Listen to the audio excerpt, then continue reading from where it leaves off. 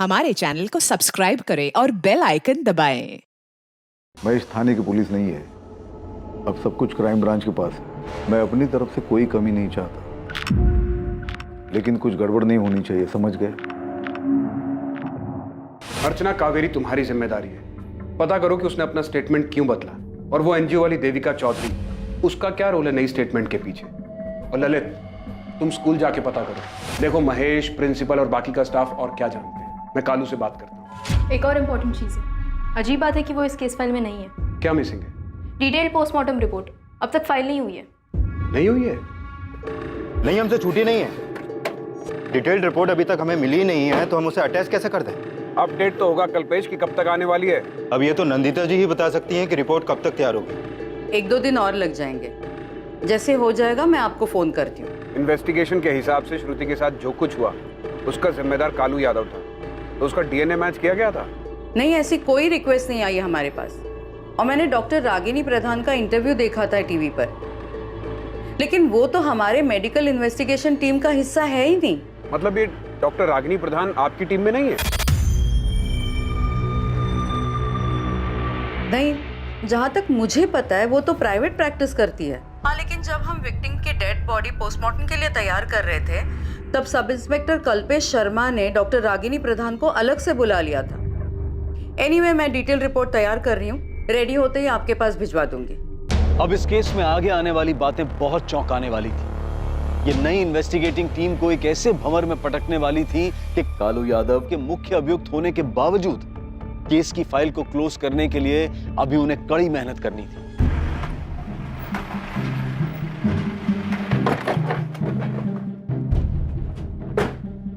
कावेरी में तो हाँ, अर्चना कश्यप, क्राइम ब्रांच से। आपको आपकी बेटी के केस के बारे में दोबारा नई टीम से जांच करवानी थी ना? जी। अब वो जांच हम करेंगे। प्रमीला यादव। जी।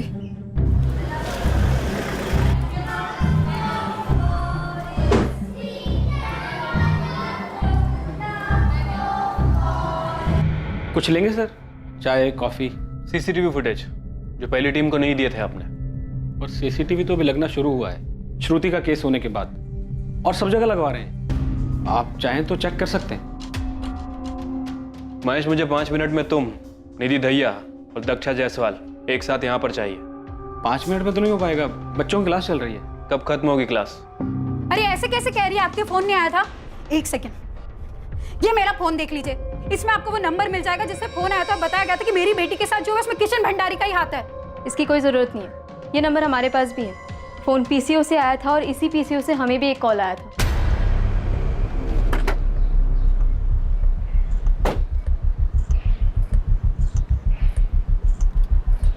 बोलो भाई।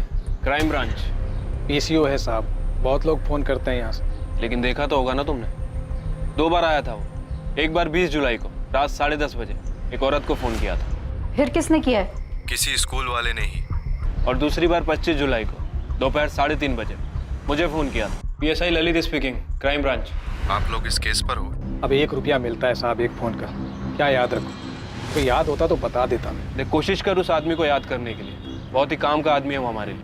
आप मुझे थोड़ा वक्त दीजिए, मैं कोशिश करता हूँ। अगर 2 बार आया है तो हो सकता है मोहल्ले का ही हो, अगर फिर से देखूंगा तो याद आ जाएगा। लेकिन साहब ये भी तो हो सकता है कि बाहर का हो और सिर्फ फ़ोन करने के लिए यहाँ पे आया।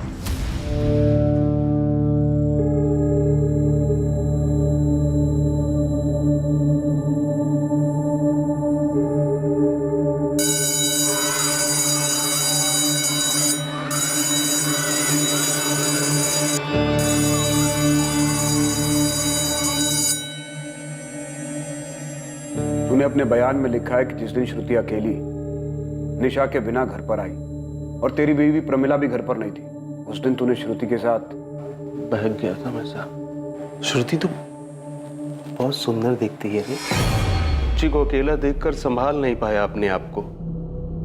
ऐसा नहीं करना चाहता था, लेकिन हो गया। गलत किया श्रुति के साथ।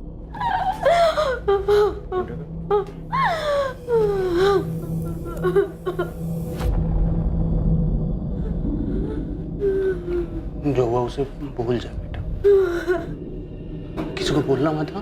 मम्मी पापा को भी नहीं है ना, समझ गई ना? नहीं तो वो लोग बोलेंगे तू झूठ बोल रही है, और मैं भी ये बोलूंगा कि तू झूठ बोल रही है। तू नहीं बोलेगी ना? मतलब तूने जबरदस्ती की? जी साहब। तो वो चुप क्यों रही, चिल्लाई क्यों नहीं? वो मुंह दबा दिया था। उसकी हालत और खराब हो गई, कब पता चला तुझे? जब पेट दर्द और उल्टी शुरू हुई तो डॉक्टर बन गया, 10 साल की बच्ची को दवा दे दी। कहां से लाया था दवा? एरिया के बाहर की दुकान से। दुकान का नाम याद नहीं। जब श्रुति की मौत की खबर आई तब तो समझ में आ गया होगा कि तूने श्रुति को मारा है। पाप हो गया था साहब मुझसे। साहब मैं पापी हूं साहब, मुझे फांसी दे दो साहब। साहब मुझे मार दो साहब, फांसी दे दो साहब। कालू भाई ऐसा कर ही नहीं सकते। अरे बहुत सालों से जानते हैं हम उन्हें। एकदम गलत इल्जाम लगाया गया है उन पर। और तुम्हें स्कूल वालों पे इल्जाम लगाने के कितने पैसे मिले? अरे ओ मैडम, आप भी मिली हुई हो स्कूल वालों से? अब पिछली बार जो पुलिस आई थी उनसे? एक औरत हो के एक औरत के बारे में ऐसा सोच भी कैसे सकती हैं आप? किसी ने पैसे नहीं लिए मैडम, और ना ही मेरे पति ने कुछ किया है। प्रमिला यादव, तुमसे भी बात करूंगी मैं, पहले कावेरी से कर ले। सच बोल रही है प्रमिला। श्रुति और निशा दोनों बेटी जैसी है कालू भाई के लिए। ना मुझे ना मेरे पति को लगता है कि वो ऐसा कुछ कर सकते हैं। पहले तो तुम कुछ नहीं कहना चाहती थी, फिर वही एक फोन आया और तुमने सारी बात मान ली। क्यों? किसका फोन? और कालू को अरेस्ट करने के एक दिन बाद ही ये फोन क्यों आया? हाँ, अगर कोई शुभचिंतक ही था तो पहले क्यों नहीं बताया उसने? मुझे पहले भी लगता था कि कालू भाई श्रुति के साथ ऐसा कुछ नहीं कर सकते, उनका हाथ नहीं है इसमें। अरे जिसकी बेटी मरी उसकी बात तो आप लोग सुन ही नहीं रहे हैं। 13 तारीख की रात को हम सब साथ खाना खा रहे थे, सब ठीक था, हंसी मजाक चल रहा था। हम लोग खाना खा रहे थे और श्रुति खेल रही थी, निशा के साथ मस्ती कर रही थी। मुझे डांट लगाना पड़ा उसे कि खेल रोककर खाना खा ले। मैंने अगली सुबह उसे स्कूल छोड़ा। हंस रही थी, खुश थी, हर रोज की तरह। मर्द नहीं समझ सकते, लेकिन आप तो औरत है, आप तो समझ सकती है। सोचिए, एक 10 साल की लड़की को एक दिन पहले दवाई दी गई क्योंकि उसे बहुत दर्द हो रहा था और किसी को पता नहीं चलता। और ऐसा दर्द उसकी माँ से छुपा हुआ रह सकता है? बताइए जरा। माना कि नहीं छुपा सकती, लेकिन फिर आप लोगों ने ये बात पहली वाली टीम के सामने क्यों नहीं उठाई? अरे मैडम, चिल्ला चिल्ला के कहा था, लेकिन सुनना क्या चाहते थे वो लोग? कालू भाई को पकड़ने के बाद बस जैसे तैसे मामला खत्म करना था। आप देविका जी से पूछ लीजिए, वो थी साथ में जब मैंने बोला था। और देविका इस केस में कैसे आई? आपने बुलाया या खुद घुस गई? क्या फर्क पड़ता है मैडम? उनके रहने ना रहने से सच बदल जाएगा? सच बदलेगा नहीं, लेकिन सच बदलने की कोशिश जरूर की जा सकती है। आपकी बेटी की मौत हुई है, तकलीफ में थी वो। अब जानती है ना, अगर आप झूठ बोल रही है तो आप खुद उसके साथ अन्याय कर रही है। मैं अन्याय कर रही हूँ मेरी बच्ची के साथ? अरे आप लोग समझ ही नहीं रहे, ऐसा दर्द तो एक औरत भी सहन नहीं कर पाती है। श्रुति तो फिर भी बच्ची थी, सिर्फ 10 साल की, मेरे बगल में सोती थी। मुझे नहीं पता चलता क्या? वो चुप नहीं बैठती, मुझे बताती। मुझसे बेहतर मेरी बेटी को कौन जान सकता है? मैं नहीं मानती कि आप लोग जो कह रहे हो वो सच है।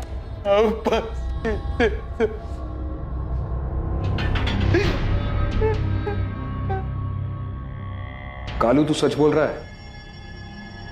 लड़की चिल्लाई नहीं, किसी से कुछ नहीं कहा, सच कह रहा है ना?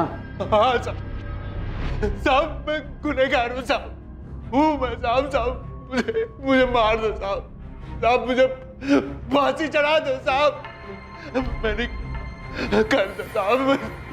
कोई तो सच छुपा रहा है सर, कुछ बड़ा झोले या तो कावेरी और प्रमिला दोनों भर भर के झूठ बोल रहे हैं, या तो फिर कालू को अपनी बलि देने का शौक चढ़ा है। ऐसा कैसे हो सकता है? दोनों पार्टी के बयान अलग हैं। मतलब साफ है कि दोनों में से कोई तो झूठ बोल रहा है। सर, ये दो बाहुबलियों की वर्चस्व की लड़ाई है, कोई आपसी रंजिश हुई होगी इनकी। अब इससे उनको तो कोई फर्क नहीं पड़ेगा, पर बेचारे ये गरीब लोग जरूर पिस जाएंगे इस पैसों के खेल में। त्यागी सर ने ठीक ही कहा था कि बच्चे की लाश पर रंगमंच सजा रखा है इन लोगों ने। कोशिश बेकार है तुम्हारी जगदीश। मैं जानता हूँ देविका चौधरी तुम्हारे कहने पे मेरी बदनामी कर रही है। लड़की की जान चली गई और तुम्हें अपने नाम की पड़ी है भंडारी। उस लड़की के साथ जो दुष्कर्म हुआ है उसका परिणाम तो भुगतना ही होगा। कानून को अपना काम करने दो। कब तक बचाओगे कानून से? जगदीश, ये कानून की पट्टी किसी नौसिखियों को पढ़ाना। मदन लाल भंडारी नाम है मेरा। लाख कोशिश कर लो, मेरा बाल भी बाका नहीं कर पाओगे तुम। और इसे चेतावनी समझो या धमकी, अगर तुम नहीं रुके तो मैं शुरू हो जाऊंगा। फिलहाल तो मेरी सलाह मानो भंडारी, और अपने स्कूल को बचाओ। इन क्राइम ब्रांच वालों के हाथ कुछ लग गया ना तो ताला लगा देंगे, तुम्हारे स्कूल पर भी और तुम्हारे बेटे की आजादी पर भी। क्यों अस्पताल नहीं गए श्रुति के साथ? मतलब क्या कहना क्या चाहते हैं आप? अरे हमें तो जैसे ही पता चला तुरंत हम उसकी मदद में लग गए थे। तो फिर ये मदद आप लोगों ने आगे तक क्यों नहीं की? हाँ, क्यों सिर्फ 2 मेड के सहारे उस दर्द में कराती हुई बच्ची को छोड़ दिया आपने? निधि जी, आप तो प्रिंसिपल हैं, आपने जिम्मेदारी लेकर क्यों किसी और को नहीं भेजा बच्ची के साथ? उतना खून देखने के बाद कुछ समझ में नहीं आ रहा था, पर फिर भी मैंने डॉक्टर को बुलाया, लेकिन उसे आने में वक्त लगता, इसलिए महेश जी ने तुरंत फैसला लिया और बच्ची को हॉस्पिटल भिजवा दिया। मैंने खुद डीएल मेमोरियल फोन किया और उन्हें बताया ताकि वो पहले से अपनी तैयारी करके रखें। हाँ, और आप लोग यहाँ पर अपनी तैयारी कर लें। देखिए, आप तीनों को एक बात मैं अच्छी तरह से बता दूं, मुझे सिर्फ सच सुनना है। किशन भंडारी ने किया ना ये? वो यहाँ रोज आता था या फिर कभी कभी? सर, किशन जी का स्कूल के मामलों से कुछ लेना देना नहीं होता। मैं नाम लेकर पूछ रहा हूँ, शायद पिछली टीम ने नाम नहीं लिया था। क्या रोल क्या है किशन भंडारी का स्कूल चलाने में? कोई रोल नहीं है। आप भी यही कहेंगी दक्षा जी? मैनेजमेंट के बारे में मुझे कुछ नहीं पता, मैं सिर्फ एक टीचर हूँ यहाँ पर। आप तीनों मेरी एक बात कान खोलकर सुन लीजिए, अपराधी की मदद करना भी अपराध है।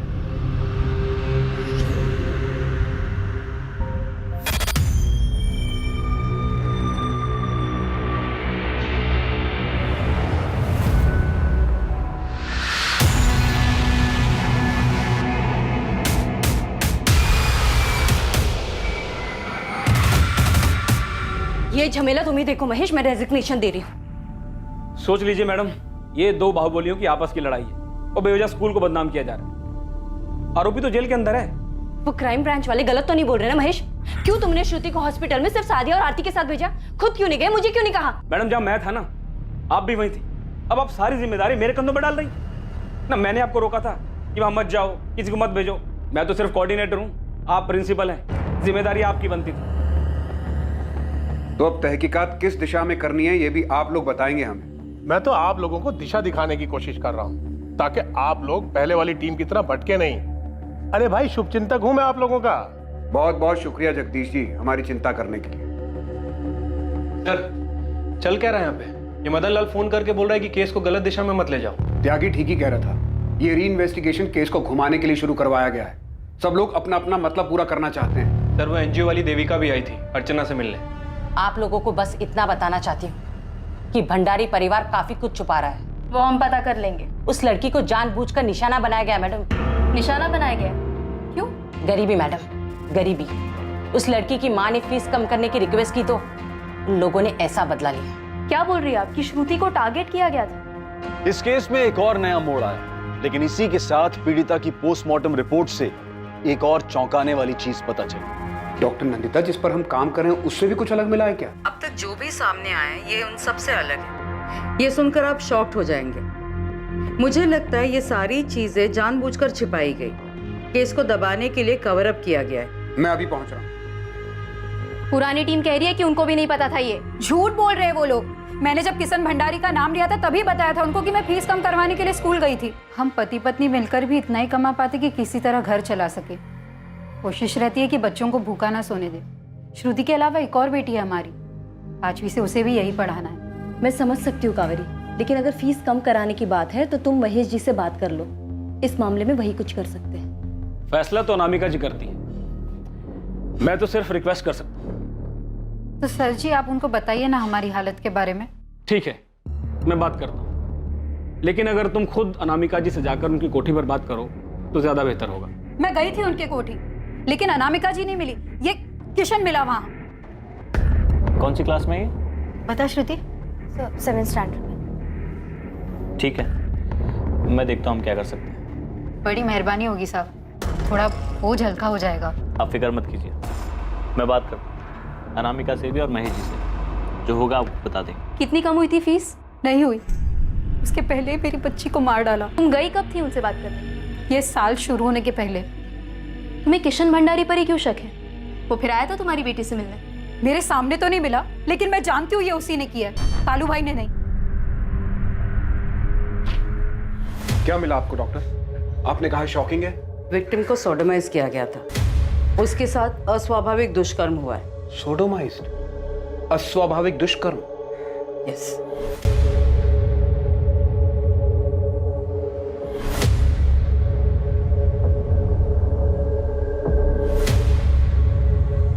पूरे पोस्टमार्टम की हमने वीडियो रिकॉर्डिंग की है। इसके अलावा भी एक और चौंकाने वाली बात सामने आई ऑफिसर। विक्टिम की डेड बॉडी से हमें किसी पिल के कोई भी ट्रेसेस नहीं मिले।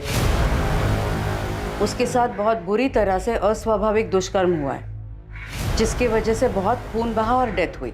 तो फिर ये प्रेगनेंसी वाली बात कहाँ से आ गई? मैं भी हैरान हूँ कि ये अफवाह सामने कैसे आई, जबकि श्रुति के साथ जो कुछ भी हुआ वो अननेचुरल था। वो फिजिकली इमेच्योर थी। फिजिकली इमेच्योर मतलब आप ये बोल रही हैं कि वो पेट से हो ही नहीं सकती? किसी भी हाल में हो नहीं सकती। मुझे ये समझ में नहीं आ रहा कि डॉक्टर रागिनी प्रधान इस नतीजे पर कैसे पहुंची और उन्होंने इन पिल्स का जिक्र कैसे किया। जब मैं पोस्टमार्टम कर रही थी तो मुझे समझ में आ रहा था कि कुछ ना कुछ तो गड़बड़ है। हमने विसेरा और डीएनए प्रिजर्व किया है और अब मैं श्योरिटी के साथ कह सकती हूँ कि विक्टिम प्रेग्नेंट हो ही नहीं सकती।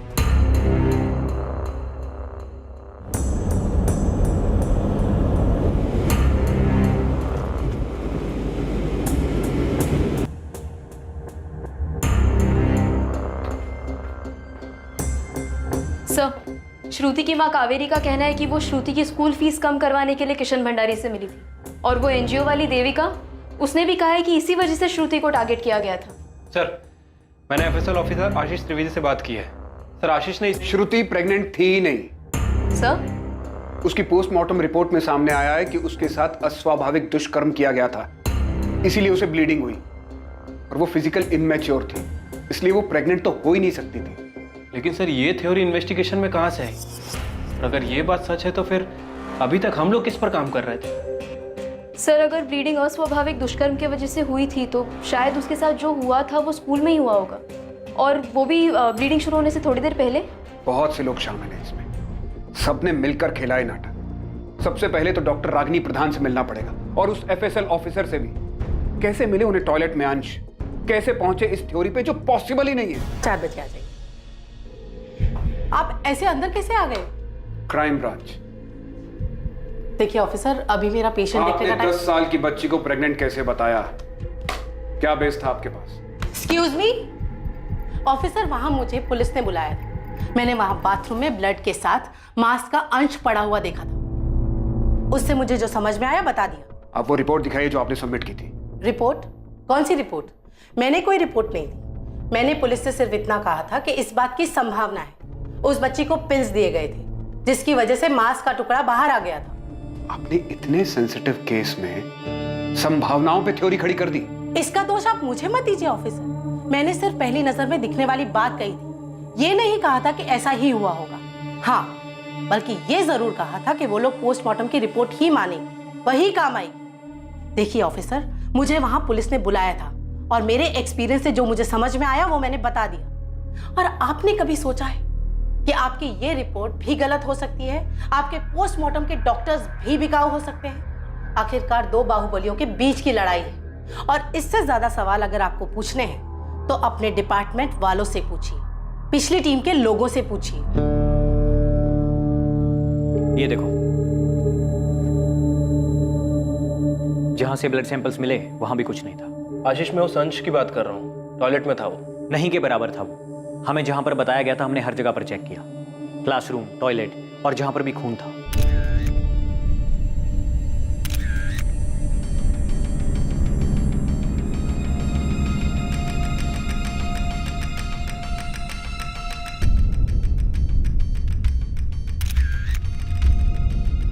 मैं जानता हूं कि तुम उस अंश के बारे में बात कर रहे हो जो टॉयलेट से मिला था, लेकिन मुझे लगता है वैसा है नहीं जैसा बोला जा रहा था। मैंने डॉक्टर नंदिता से बात की कि विक्टिम के साथ ऐसा दुष्कर्म नहीं हुआ था। आशीष, ऐसा भी तो हो सकता है कि कोई गलती हुई हो, सीन को क्रिएट किया गया। ये मैं नहीं बता सकता। हम उन्हीं चीज़ों को जांचते हैं जो क्राइम सीन से मिली होती हैं। इसमें मैं क्या सीन क्रिएट कर सकता हूँ? उसके साथ अस्वाभाविक तरीके से दुष्कर्म हुआ था। बहुत बुरे तरीके से हुआ था। डॉक्टर जयदेव का मानना है कि जिस अंश के बारे में बात हो रही है वो आंतों का टुकड़ा हो सकता है। हाथों का टुकड़ा?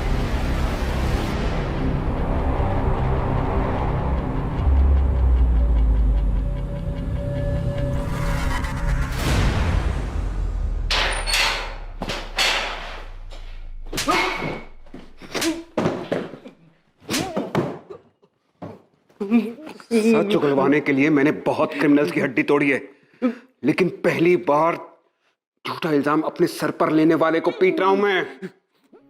बता, बोल, किसके लिए बलि का बकरा बन रहा है तू? बोल कालू, किसके लिए बलि का बकरा बन रहा है तू?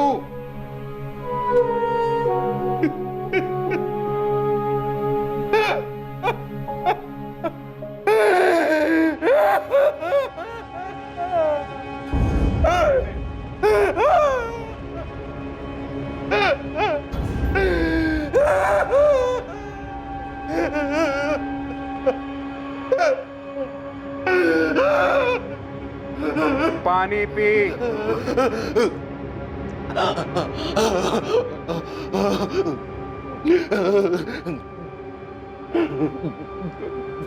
क्यों किया कालू? किसके लिए? किसके लिए साहब? किसके लिए?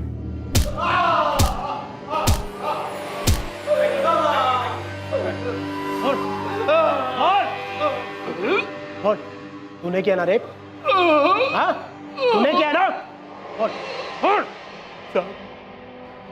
पहले वाले साहब दिन रात मारते थे, ऐसा लिटा के, पता नहीं कैसे कैसे साहब कहाँ कहाँ मारा है साहब, हम दिखा भी नहीं सकते आपको। वो बड़े साहब ने मुझे बताया कि मैंने क्या किया, तोते के जैसे रटा दिया। किसी ने भी नहीं सोचा कि उस बच्ची को मैं बहुत ज्यादा प्यार करता था, अपनी बेटी के जैसे। मेरी बात किसी ने नहीं मानी, किसी ने नहीं मानी सब। लेकिन मैंने तो नहीं मारा तुझे, आराम से पूछा था, फिर सच क्यों नहीं बोला तू? वो साहब लोग भी आते थे तो यही बोलते थे, लेकिन अगर मैंने कुछ किया हो तो बताओ। वो पूछते थे फिर मारते थे, पूछते थे फिर मारते थे। परेशान हो गया था, मैंने तो उम्मीद छोड़ दी, इसीलिए वही आपसे बता दिया साहब। और अब बाहर जाके मैं करूंगा भी क्या? दुनिया की नजरों में हजारों सवाल होंगे, सब बलात्कारी कहेंगे मुझे, अपनी बेटी का ही बलात्कार। अपने घर वालों से कैसे नजर मिलाओगे साहब? उम्मीद मत छोड़ कालू। श्रुति की मां कावेरी ने भी यकीन नहीं किया कि तू ऐसा कुछ कर सकता है। तुझे पकड़ा तो उन लोगों ने हंगामा कर दिया। हम इस केस की जांच फिर से कर रहे हैं। तो आप लोग मुझे बचा लेंगे? तुझे तुरंत तो नहीं छुड़वा सकता, क्योंकि चार्जशीट में तेरा इकरारनामा है। लेकिन इतना भरोसा रख कि अब कोई तेरा बाल भी बांका नहीं कर पाएगा। ललित, पूरी भंडारी फैमिली, सारे स्कूल स्टाफ को उठा लो। प्रिंसिपल, टीचर्स, कोऑर्डिनेटर, कोई नहीं छूटना चाहिए। डीएसपी सर के ऑर्डर्स हैं हमारे पास। कोई प्यार से न माने तो घसीट कर ले आना सबको। और अर्चना, 2 घंटे के अंदर तुम्हें स्कूल को सील करने का ऑर्डर मजिस्ट्रेट के ऑफिस से मिलेगा। सबसे पहले हमें स्कूल को अच्छे से छानना होगा। ठीक है सर। सर, श्रुति के बगल में बैठने वाली लड़की प्रिया, उसे बुला लूं? सर, उसी ने हमें बताया था कि श्रुति क्लास से बाहर गई थी। पेरेंट्स के साथ बुलाओ उसको, बात करते हैं, देखते हैं क्या बताया था उसने पहली टीम को।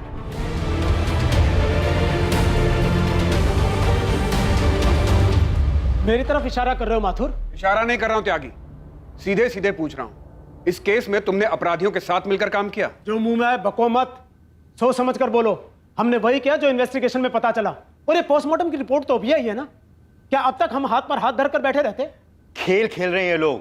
तुम क्यों चिढ़ रहे हो कल्पेश? तुम्हारा खेल बिगड़ गया इसके लिए? मिली भगत सामने आ गई सबकी। अब ये भी बता दो कि डॉक्टर रागिनी प्रधान कहां से आ गई इसमें?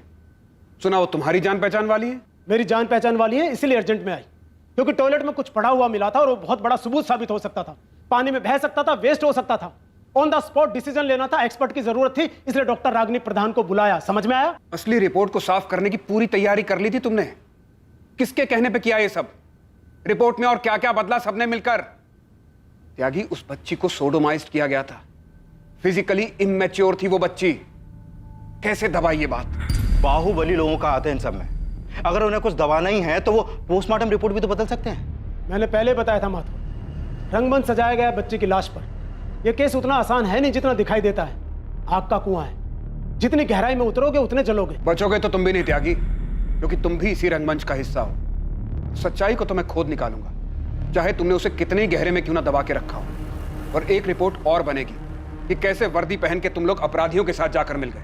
ठीक है, हमने अपना काम किया, तुम अपना काम करो, लेकिन एक बात याद रखना, हम और तुम उन लोगों में से नहीं हैं। हम लकीर के इस तरफ हैं। नहीं त्यागी, मैं तुम्हारे हम में शामिल नहीं, मैं तुम्हारी तरफ नहीं। गलत दिशा में जा रहे हो ऑफिसर, गलती कर रहे हो तुम। गलती तो अब सुधारी है भंडारी जी। अब समझ में आया कि आपने केस को किस दिशा में भटकाया था। सर सर सर मेरी बात सुनिए। आप लोग जगदीश पाल के बहकावे में आ रहे हैं। वही मास्टरमाइंड है इस सब फसाद का। पता कीजिए आप, वो पोस्टमार्टम रिपोर्ट में उसी ने हेराफेरी करवाया। वो सब हम पता कर लेंगे, लेकिन अभी तू बताएगा कि तूने क्या हेराफेरी की है। चल। सर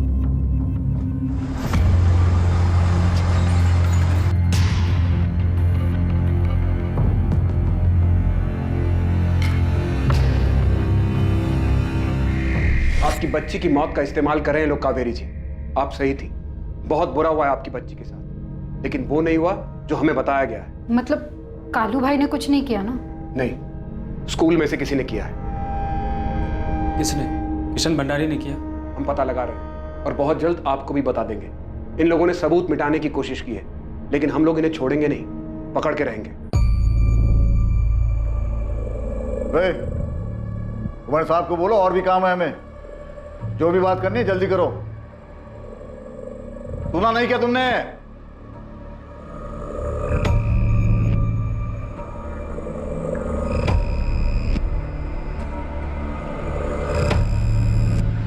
प्रिया, क्या देखा था आपने?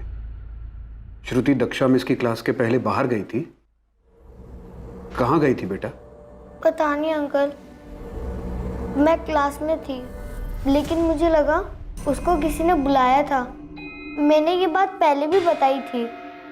आपने ये बात पहले बताई थी? वो जो दूसरे पुलिस वाले अंकल है ना, उनको। श्रुति को किसने बुलाया था ये देखा तुमने?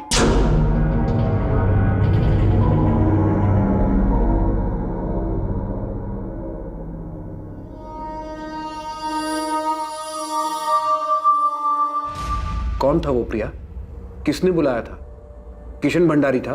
तुम किशन भंडारी को जानती हो ना? नहीं, पर मैंने देखा नहीं कि उसे किसने बुलाया था। डरो मत बेटा, हम जानते हैं वो कोई स्कूल वाला ही था, है ना? कौन था वो? पता नहीं अंकल, पर मैंने सच्ची में नहीं देखा।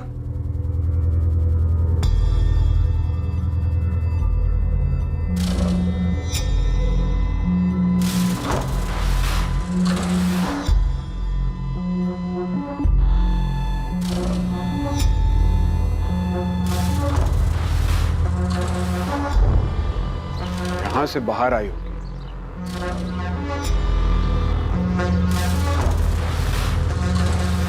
सर इस तरफ तो क्लासरूम्स हैं, बहुत ज्यादा बच्चे होंगे, हो सकता है कि इस तरफ गई हो।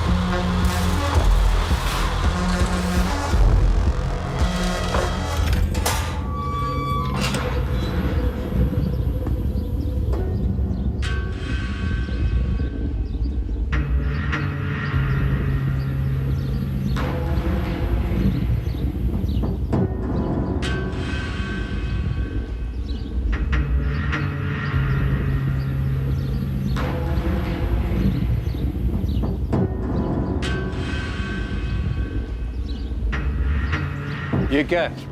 साहब स्टोर रूम है। ताला क्यों लगा स्टोर रूम में? साहब चाबी हमारे पास नहीं। जल्दी लेकर आओ। ललित, स्कूल में कुछ हुआ और किसी को पता ही ना चले, ऐसा तो नहीं हो सकता। सर बच्चों को पता नहीं चला, एक बात समझ में आती है, लेकिन यहाँ स्कूल में हर आदमी बच्चा बनने की कोशिश कर रहा है। तो मुझे लगता है कि स्कूल में जो भी हुआ है, ये प्रिंसिपल और ये महेश ये हमसे मिलकर छुपा रहे हैं। 14 जुलाई को लगभग 10:20 पे श्रुति क्लास से बाहर गई और लगभग 11:05 तक वापस आ गई। किसने बुलाया था उसे? किशन भंडारी ने या आप में से किसी एक ने निधि जी? मैडम हम कुछ नहीं जानते। किशन जी का स्कूल के मामलों से कुछ लेना देना नहीं, तो वो स्कूल क्यों आएंगे? तुमसे पूछा मैंने, तुम्हारी शक्ल से ही झूठ टपक रहा है, तुम चुप रहो। निधि जी आप बताइए, क्या वो किशन था? मुझे नहीं पता, मैं अपने ऑफिस में थी, अगर वो आया भी होगा तो मुझसे नहीं मिला। आपसे मिला नहीं है, आप अपनी नौकरी बचाने के लिए उसे बचा रही हैं? अरे नहीं चाहिए ऐसी नौकरी, वैसे मैं ये नौकरी छोड़ रही थी, परेशान हो गई जवाब देते देते। बच्ची की जान चली गई, आपके स्कूल में सोडोमाइज किया गया उसे, और आप परेशान हो रही है जवाब देते देते। क्यों? क्योंकि आपसे स्कूल मालिक के फैमिली के बारे में पूछा जा रहा है? क्योंकि मुझे सच में नहीं पता, लेकिन शायद इस महेश को पता है, कुछ छुपा रहा है। मैंने इससे पहले भी कहा कि अगर कुछ भी पता है तो बता दे, लेकिन कुछ बता ही नहीं रहा है। मुझे समझ नहीं आ रहा कि मुझे क्यों घसीटा जा रहा है इस सब में। अरे जो कुछ हुआ ही नहीं तो कैसे बोल दूं? मैडम उस दिन किशन जी स्कूल आए ही नहीं थे। किशन नहीं तो कौन था? क्या वो तुम थे? तुमने बुलाया था श्रुति को क्लास से? अरे कैसी बातें कर रही हैं आप? मैं उस छोटी बच्ची के साथ ये सब करूंगा? उसके पड़ोसी कालू का काम है ये, और पहले वाली पुलिस उसे पकड़ भी चुकी है। पता नहीं अब आप लोग उसे बचाने की कोशिश क्यों कर रहे हैं?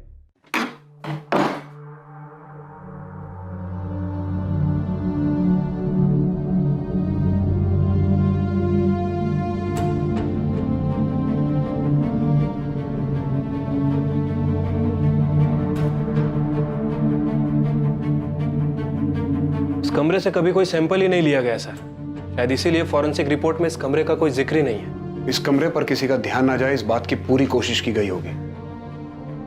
इस कमरे की आखिरी बार सफाई कब हुई थी? 14 जुलाई को, लड़की को हॉस्पिटल भेजने के बाद। साहब मुझे कुछ नहीं पता, मैंने इस कमरे को नहीं साफ किया है। तो फिर किसने की थी? पता नहीं साहब, यहाँ ताला लगा हुआ था। जो अब तेरी जबान पे लगा है। देख हरी, हम जानते तुझे सब पता है। उस बच्ची को इसी कमरे में लाया गया था ना? मैं सच बोल रहा हूँ साहब, मुझे कुछ नहीं पता है, मेरा यकीन कीजिए साहब।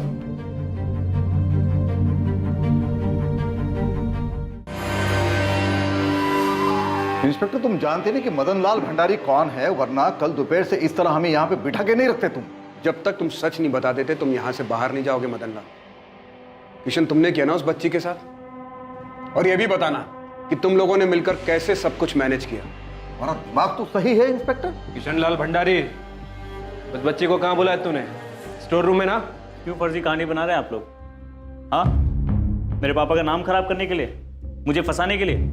सर सच यही है कि मैं वहां गया ही नहीं था, मैं स्कूल नहीं गया था, मैं वहां जाता ही नहीं हूं सर। और इस नई कहानी के लिए तुमने और तुम्हारी पोस्टमार्टम टीम ने जगदीश से कितने लिए हैं? तुमने कितने दिए थे इंस्पेक्टर त्यागी, सब इंस्पेक्टर कल्पेश और डॉक्टर रागिनी प्रधान को? तुम नहीं जानते मैं क्या कर सकता हूँ। ये क्राइम ब्रांच है, यहाँ हम जो चाहें वो कर सकते हैं तुम्हारे और तुम्हारी फैमिली के साथ। तुम कुछ नहीं कर पाओगे।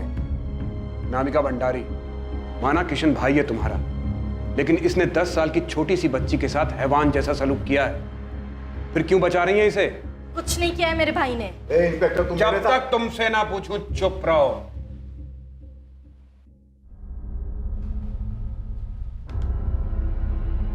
अनामिका, 14 जुलाई को महेश ने 11:10 के बाद तुम्हें 6 कॉल किए, 2-2 मिनट के, और महेश ने 2 कॉल तुम्हें किए मदन लाल। 11:10 से 11:35, यानी इस 25 मिनट के बीच में तुम लोगों को 8 बार कॉल किए। क्यों? ये इंसिडेंट हमारे स्कूल में हुआ, इमरजेंसी सिचुएशन थी, और किसी कॉल करते? मैं भी नहीं बता रहा। इमरजेंसी तो थी, किशन की गंदगी जो समेटनी थी तुम लोगों को। मदन लाल और अनामिका को तुम पल पल की खबर देते रहे महेश, और महेश तुम लोगों से पूछ रहा था कि आगे क्या करना है, कैसे किशन को बचाना है। जबकि श्रुति की मां को तुमने 11:45 पर कॉल किया, उसे हॉस्पिटल भेजने के बाद, और उसके बाद इंस्पेक्टर त्यागी और सब इंस्पेक्टर कल्पेश को कॉल किए गए। ये रहे सारे कॉल रिकॉर्ड्स। इन कॉल रिकॉर्ड से कुछ नहीं साबित कर पाओगे तुम इंस्पेक्टर। ये सारे इस केस से ही जुड़े हैं। मैं उस स्कूल का मालिक हूं, तो जाहिर है कि महेश इमरजेंसी में मुझे ही कॉल करेगा ये गाइडेंस लेने के लिए कि आगे क्या करना है, कैसे करना है, कैसे चीजों को रफा दफा करना है। कुछ नहीं कर पाओगे तुम, कुछ भी नहीं साबित कर पाओगे तुम। भूल है तुम्हारी। किशन ने खून किया है, सबूत तो हम ढूंढ लेंगे। मेडिकल नहीं हुआ ना तेरा? चल तेरा मेडिकल करवाते हैं, देखते हैं अब कैसे बचेगा तू। सब बेवजह टाइम वेस्ट कर रहे हैं आप लोग। इन सब का अरेस्ट पुलिस डायरी में नोट कर लेना, ताकि रिकॉर्ड रहे कि एक्शन हुआ था। मेरा फोन लाओ। सर यहाँ फोन देना अलाउड नहीं है। तो जाके इंस्पेक्टर त्यागी तक मेरा एक मैसेज पहुंचा दो। सर यहाँ मैसेज देना भी अलाउड नहीं है। अर्चना, इनकी एकता में फूट डालो। मुझे लगता है इनमें कमजोर कड़ी महेश है, वो सब जानता है और टूट भी सकता है। उससे कहो कि सब सच बता देगा तो बच जाएगा। जी सर, लेकिन क्या आपको लगता है कि हमारी मेडिकल काम आएगी? सिर्फ मेडिकल से काम नहीं चलेगा, इन्वेस्टिगेशन में बहुत गड़बड़ है। हमें कोई स्ट्रॉन्ग गवाह चाहिए। इससे काम नहीं बनेगा। लेकिन डॉक्टर नंदिता, उसने जबरदस्ती किया था बच्ची के साथ, तो उसके प्राइवेट पार्ट पर इंजरीज आई होंगी। बिल्कुल आई होगी, पर आज की तारीख देख रहे हैं आप? इंसिडेंट 14 जुलाई को हुआ था। अच्छा खासा टाइम बीत चुका है। गलती तो हुई है। पहली वाली टीम ने पब्लिक प्रेशर में आके उसे कस्टडी में तो लिया, लेकिन किशन का मेडिकल नहीं कराया, वरना सच कब का सामने आ जाता। श्रुति की बॉडी से आप लोगों को कोई डीएनए, कोई सेमेन कुछ मिला? कैसे मिलता माथुर? बहुत खून बह चुका था, और ऊपर से वो 2 मेड्स, उन्होंने सफाई में कोई कसर नहीं छोड़ी थी। अब हमें भी कोई कसर नहीं छोड़नी चाहिए। ये लोग इतनी आसानी से मुंह खोलने वाले नहीं है। खेल खेला इन्होंने, हम भी खेल खेलेंगे। वो महेश ही, अर्चना, हमें जो चाहिए वो महेश ही दे सकता है। महेश को ऑफर दो कि सरकारी गवाह बन जाए, उस सब कुछ बता दे तो बच जाएगा। सिर्फ यही एक तरीका है। हमें किशन को पकड़ने के लिए कुछ स्ट्रॉन्ग सबूत चाहिए। केस में हुई गड़बड़ असली मुजरिम को बाहर जाने का रास्ता देने के लिए की गई लग रही थी। लगातार इंटेरोगेशन के बाद भी संदिग्धों की चुप्पी असली आरोपी और पुलिस के बीच दीवार बनकर खड़ी थी। महेश चतुर्वेदी, जो शायद इकलौता ऐसा इंसान था जिसे इस अपराध के बारे में सारी जानकारी है, वो अपनी जुबान से टस से मस नहीं हो रहा था और किसी भी हालत में कुछ भी बताने के लिए तैयार नहीं था। किशन भंडारी के मेडिकल से भी कुछ मिलने की आस बहुत कम थी। मैंने कहा था इससे काम नहीं बनेगा। आप लोगों ने बहुत देर कर दी। किया तो उसी ने है। जमकर कूटेंगे तो मान भी लेगा। तो कोर्ट में पलट जाएगा, तब क्या करेंगे आप? स्टोर रूम का क्या हुआ?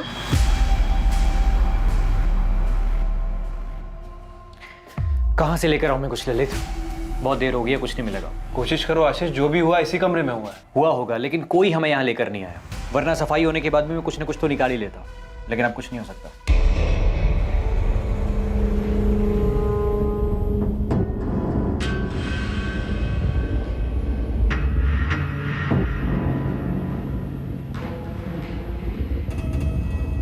नहीं किया तूने, कुछ नहीं होने दूंगा तुम्हें। बस 1-2 दिन रुक जा, बेल हो जाएगी हमारी।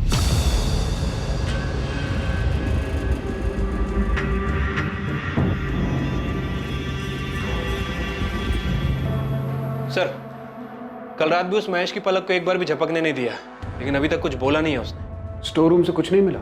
नहीं सर, फॉरेंसिक ने 6 घंटे मेहनत की, लेकिन। और उस फोन पर इंफॉर्मेशन देने वाले का, जिसने हमें और कावेरी को कॉल किया था? पीसी वाले मुस्ताक को फॉलो अप कर रहा हूं मैं। मैम, अगर किशन स्कूल आया भी होगा तो मैंने उसे नहीं देखा। मुझे पता है इस सब में महेश शामिल है। श्रुति की मां फीस कम करवाने के लिए अनामिका के पास गई, लेकिन मिल गया उसे किशन। तभी से उसके मन में शैतान घुस गया होगा।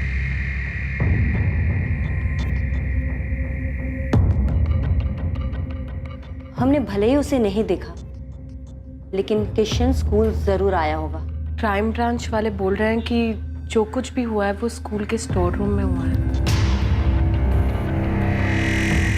केस को किसी नतीजे पर पहुंचाने के लिए एक मजबूत सबूत की जरूरत थी, जिससे यह साबित हो सके कि किशन ही असली आरोपी है। जिस सबूत की जरूरत थी वो था तो, पर नजर नहीं आ रहा था। लेकिन अब आरोपी बहुत देर तक बचने वाला नहीं था। ये ड्रेस तो आप पहले ही देख चुके हैं, इसमें सिर्फ खून है। डॉक्टर नंदिता, हॉस्पिटल आते वक्त श्रुति ने ये ड्रेस पहना था? हाँ, इसी में आई थी वो। कैसे? क्योंकि क्राइम के वक्त तो उसने कुछ और पहना था। नहीं, ये कपड़े नहीं थे। ये ड्रेस लाने के पैसे तो मैंने दिए थे, लेकिन श्रुति ने स्कूल यूनिफॉर्म पहना था। स्कूल यूनिफॉर्म इतना खून खून हो गया कि हमने उसके कपड़े चेंज किए थे। बच्चे का पूरा यूनिफॉर्म, सारा कपड़ा खून खून हो गया है। तो एक काम कर, ये पैसे पकड़ और दूसरे कपड़े ले। तो फिर स्कूल यूनिफॉर्म कहाँ है? मुझे नहीं पता सर। क्या बोल रहे हो कल्पेश? दिया ही नहीं? हाँ सर, यूनिफॉर्म दिया ही नहीं था हमें। दिया नहीं था, डिस्ट्रॉय कर दिया त्यागी। लिमिट में रहो माथुर, ज्यादा हो रहा है। अगर ऐसा हुआ ना त्यागी, तो मैं भूल जाऊंगा कौन वर्दी वाला और कौन नहीं। सबूत मिटाने का चार्ज सब पर लगेगा। हमें यूनिफॉर्म कभी मिली ही नहीं। और अगर यूनिफॉर्म डिस्ट्रॉय हुई भी है ना तो उस महेश ने की होगी, जाकर उससे बात करो। हमने अपना काम ठीक से किया, हम पे कीचड़ मत उछालो। महेश, श्रुति की स्कूल यूनिफॉर्म कहाँ है? स्कूल यूनिफॉर्म मुझे नहीं पता। देख महेश, अब तक जितना तोड़ा है ना वो सिर्फ ट्रेलर था, समझा? यूनिफॉर्म सच में कहा मुझे नहीं पता। अफरा तफरी का माहौल था, कहाँ गया मुझे क्या पता। सर, यूनिफॉर्म मिल सकता है।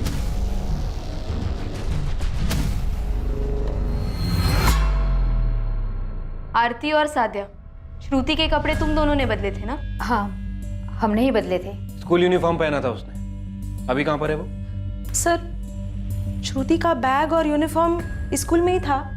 महेश सर ने बोला कि दोनों को पैक करके उसके घर पे दे दो, तो मैंने दे दिया। दादी, ये यूनिफॉर्म श्रुति के बैग में डालो और उसके घर पर दे दो। बाकी कोई काम होगा तो बताता हूँ।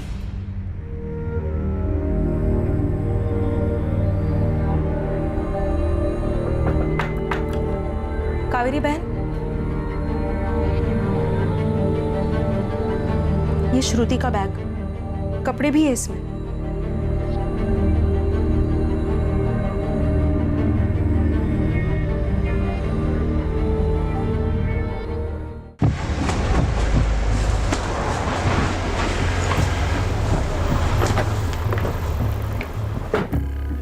यूनिफॉर्म मिला कावेरी? हाँ मिला। यूनिफॉर्म साफ तो नहीं किया ना तुमने? नहीं मैडम, जैसा मिला था वैसे ही अलमारी के ऊपर रख दिया ताकि दिखाई ना दे। इसे देखने की हिम्मत नहीं तो साफ क्या करती। सही क्या कावेरी? खून तो सूखा ही था, लेकिन अगर इसमें सीमन गिरा है तो मुझ पे छोड़ दो, मैं डीएनए निकाल कर आपको दे दूंगी। डू इट नंदिता, जो हो सके वो करो।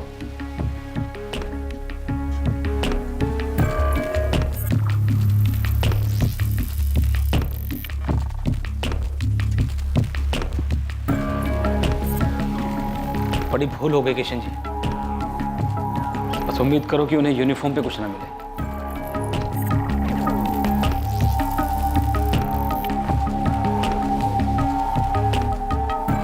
श्रुति, हाँ वो 7th क्लास में है ना, उसकी माँ को फीस कम करवाना था उसका। हाँ जानता हूँ। हाँ तो लेके आ उसको, मैं बात करता हूँ। ठीक है, बुलाता हूँ। हाँ ऐसे नहीं, स्टोर रूम में लेके आ।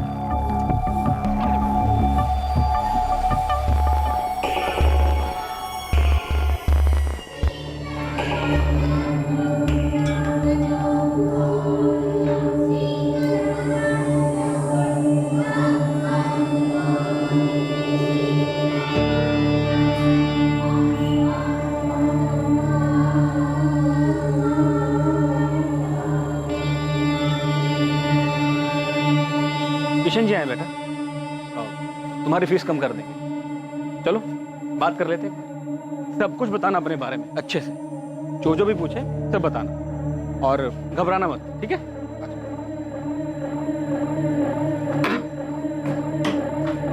चलो। Good morning sir. Good morning, कैसी हो तुम? मैं ठीक हूँ सर। आओ।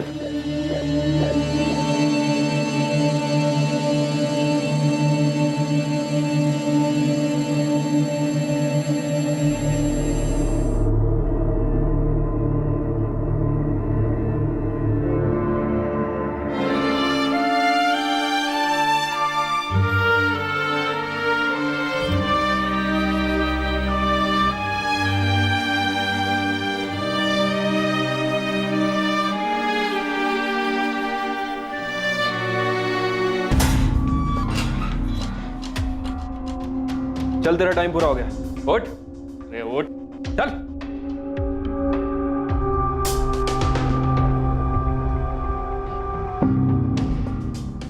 तुम्हारा एविडेंस मेरे हाथ में है माथुर। मैच हो गया? हाँ मैच हो गया। श्रुति के कपड़ों से जो सीमन मिला था वो किशन भंडारी के डीएनए से मैच हो गया। मिल गया, उसी कमीने ने किया है। साइंटिफिक एविडेंस मिला है सर, इससे बेटर और क्या होगा। अब इस महेश और किशन को तबीयत से तोड़ते हैं और उसके बाद इन्हीं से क्राइम सीन रिक्रिएट करवाते हैं। ठीक है, करवाओ। किशन भंडारी पर आईपीसी की धारा 377 अप्राकृतिक रूप से यौन संबंध बनाने के लिए, धारा 302 हत्या के लिए और महेश चतुर्वेदी पर धारा 304 गैर इरादतन हत्या के लिए और धारा 202 अपराध की जानकारी छुपाने के चार्जेस लगाए गए। किशन भंडारी के पिता मोहनलाल भंडारी पर आईपीसी की धारा 109 अपराध करने को उकसाने के लिए और धारा 201 सबूतों से छेड़छाड़ के चार्जेस लगाए गए। पुलिस की पहली जांच टीम को सस्पेंड कर दिया गया और अपना कर्तव्य सही तरह से ना निभाने के कारण उनके खिलाफ जांच के आदेश दिए गए। कालू यादव को उस पर लगे सभी आरोपों से बाइज्जत बरी कर दिया गया।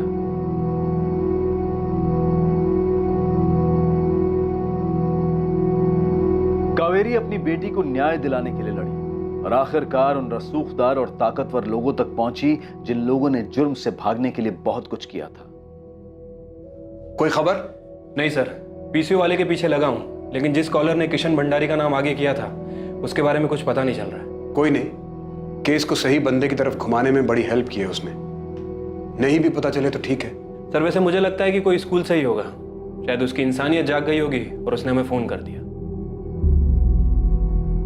वो कॉलर अब तक अज्ञात है, क्योंकि उस अज्ञात कॉलर ने अपनी जिम्मेदारी समझी, क्योंकि श्रुति की मां ने हार नहीं मानी और अपनी आवाज उठाई, क्योंकि कई संगठनों ने आम लोगों का साथ दिया और केस को री इन्वेस्टिगेट करने की उनकी आवाज को बुलंद किया।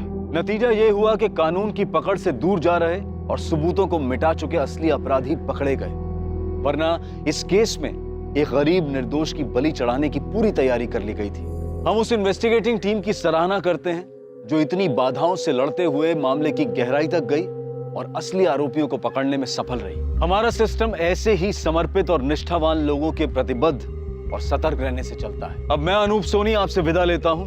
कल रात 11 बजे आपसे फिर मुलाकात होगी एक और नए केस के साथ। और याद रखिए, क्राइम और आपके बीच में सिर्फ इतना फर्क है कि आप कितने सतर्क हैं। सतर्क रहें, सुरक्षित रहें। जय। For more updates, subscribe to our channel, click the show links and enjoy watching the videos.